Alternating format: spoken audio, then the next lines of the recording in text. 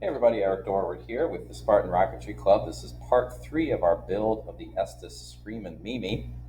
We are to a pretty glue-heavy episode, so there's going to be some editing here and there because you certainly don't need to watch me glue all this stuff together. The first thing we need to do is our motor mount here is dry and ready to go, and it needs to go inside the body tube. So I'm going to go down here. Remember in the last episode we put a bunch of marks near the end to show us where the fins were going. So it's going to go into this business end, like so. And we're going to test fit it first to make sure everything is good. That's pretty good. So I'm going to pull it out. Ooh, that's sticky. About stiff. This has been a while. So that's all set. Now, in order to do this, we're going to put a thin layer of glue just inside, but we're also going to put some glue about 2 inches into the body tube.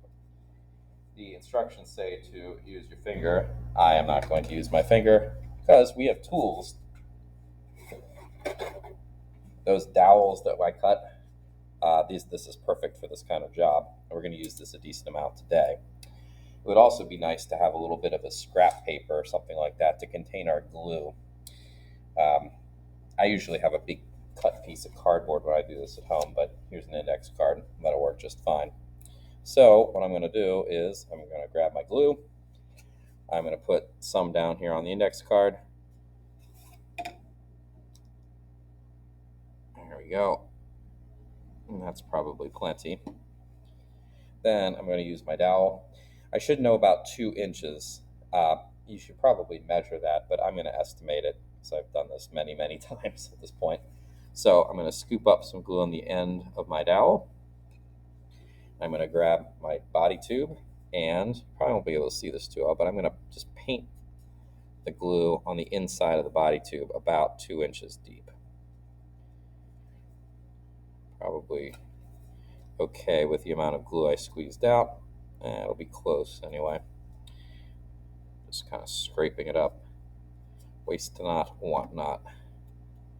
So there we go. Glue on the inside, fantastic. The other layer of glue I can just squeeze on here right by the end. Now when I push the motor mount past this, it's going to take some of the glue with it, but it should leave enough for us to hold the other end.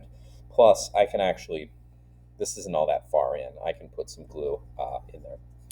Anyway, the instructions say that we want to have the hook lined up with the launch lug line, which I have labeled here. It's the one with LL, it's this one. So I'm going to do my best to line that up. And it also says that this tube should be flush with the end of the rocket. That's kind of hard sometimes. I'm using my finger to push gently so that they're essentially lined up. And I'm eyeballing as best I can. Looks like it's out a little bit, so a little bit more push. And that should do it. That's pretty good. It doesn't need to be perfect, but that looks pretty promising. And the hook is basically in line with the lug. That, again, isn't super vital. You don't really need to do that, but it's nice for a variety of reasons we don't need to get into. Now, the next step, according to the instructions, is, remember, this is a Screamin Mimi, so they're going to be 4 of these tubes that have whistles on the end of them, and they're getting glued to stubby little fins like so. I've drawn lines in them. That was part of the instructions using the door jam technique. They're going to get lined up like this. The instructions actually want me to, though, put the whistle in the kit right now. I'm not going to do that. I'm going to do that after I've painted everything. That way I don't have to cover the whistles when I paint them. Because if I get painting them, they'll probably be ruined. So I don't want to do that. So what I am going to do is I'm going to attach the whistle fins, as it says. So essentially I'm taking one of these and one of these and gluing them together. The stick I'm actually still going to use. Here's how this is going to work. I'm going to put, not actually going to put it on here. I'm going to put a layer of glue on my fin here. I do not need much. That's plenty. What I'm going to use the dowel for is I'm going to brush it evenly. So it's going to be thin and even. Okay, that's fantastic. Now, In best practice, we're going to let this sit for approximately a minute or so, and then we're going to put a second layer on, and then we're going to apply the tube. The second layer of glue makes the adhesion better, and giving it some time to set up also makes it tackier and makes the whole process go a little bit faster. It's stronger and it's easier to work with. So, although normally, I'd actually kind of count this out, this is probably good enough at this point. I am going to then get my glue again, put another thin layer on.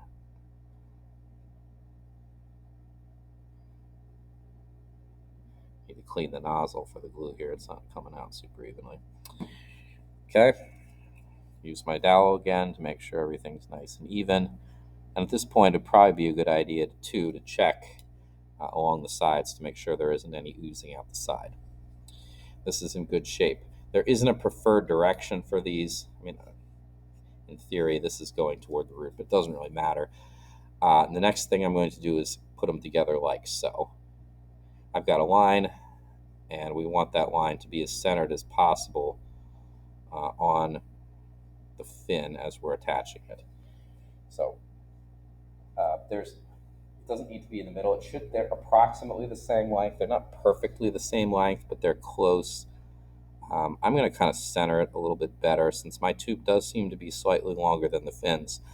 That allows me, I can see the line here in this direction. It looks pretty well centered. Here, I'm not quite right, so I'm just going to kind of tap it so that it is basically dead center in the line. These fins are so stubby, too, that you also want to check to make sure that it's perpendicular. The fins are so stubby, so that's not really a problem. I'm also going to wipe off the excess. I'm going to put fillets on these. Not right now, but eventually. But I'm going to wipe them down so that they're fairly clean. After I've done futzing around with this, I want to make sure that I didn't mess up my alignment, which I don't seem to have done. So that's basically done right now. These are going to go off to dry. There's 3 more of them, but you certainly don't need to watch me attach them. So those are going to go off and live on my drying rack for the time being. The next thing that needs to be done is the lower fins need to be attached. So I'm going to take these, I'm going to do them off camera. Same deal with these, don't need them.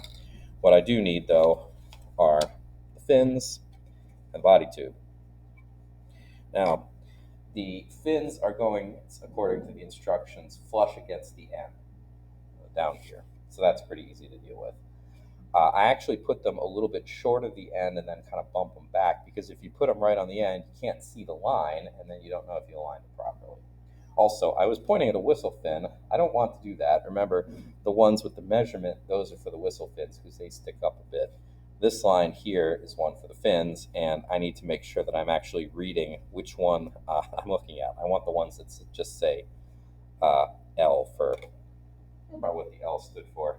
Launch, I guess. I don't know. Oh, lower fin. It stands for L. Lower fin. Great. So, same deal. I am going to grab a fin. This is the root edge. All the other edges I have rounded a little bit. I am going to apply the glue. I am going to use my stick to spread it thinly. And I'm going to wait a little bit to put on the second layer and apply it. Yeah, there we go. That looks pretty good. So while I wait for the glue to get tacky and things, this is probably the most frustrating part of the build, because this fin isn't that bad. It's fairly wide, so there's a good amount of purchase on this. Plenty of glue, places for the glue to stick.